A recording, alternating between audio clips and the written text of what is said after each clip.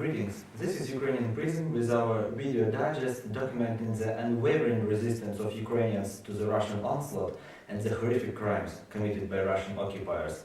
Russian filtration camps still work in the temporarily occupied territories in the eastern Ukraine. According to the advisor to the mayor of the city of Mariupol, Petro Andrushenko, nearly 24,000 citizens of Mariupol were killed during the assault of Russian forces on the city. Also, according to Mr. Andrushenko, nearly 12 filtration camps, some of them were just established near Mariupol, are still working in the Donetsk region only. We can only imagine how many thousand lives were broken due to the work of these horrific institutions.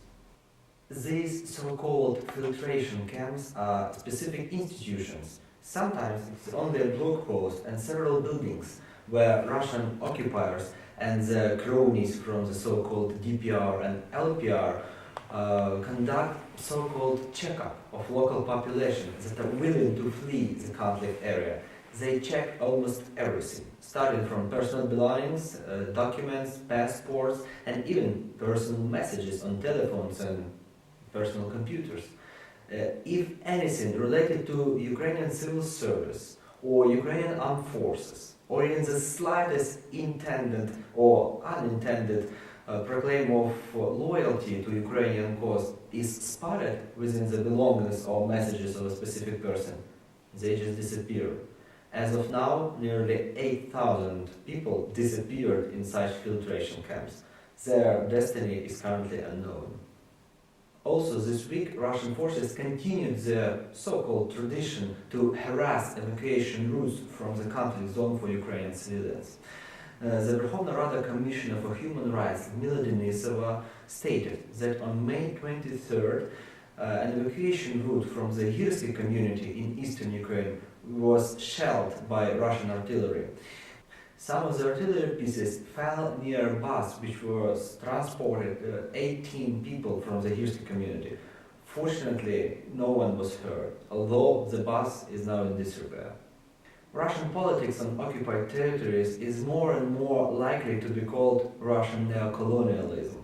This week, Russian President Vladimir Putin signed a special governmental decree that proclaimed a fast-track, easy procedure for the citizens of Kherson and Zaporizhia regions to obtain Russian passports.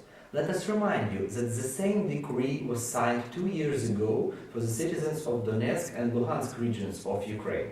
During the last week, Russian troops continued to shell residential areas of Ukrainian cities, in particular in Kherson, Zaporizhia, Donetsk and Lugansk regions.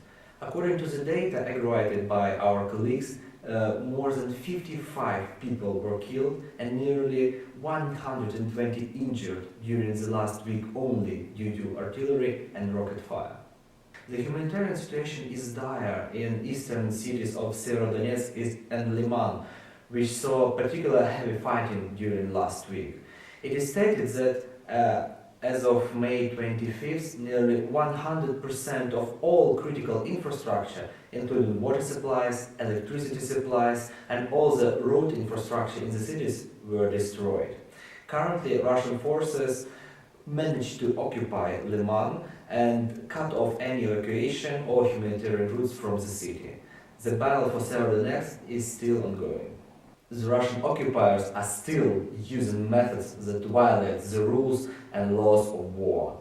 They kill elderly, children, women, they destroy civilian infrastructure, they bomb civilian and residential buildings in Ukrainian cities. It is truly a genocide against Ukrainian people. However, no criminal deeds will be forgotten nor forgiven, and everybody involved will pay their price and feel the consequences.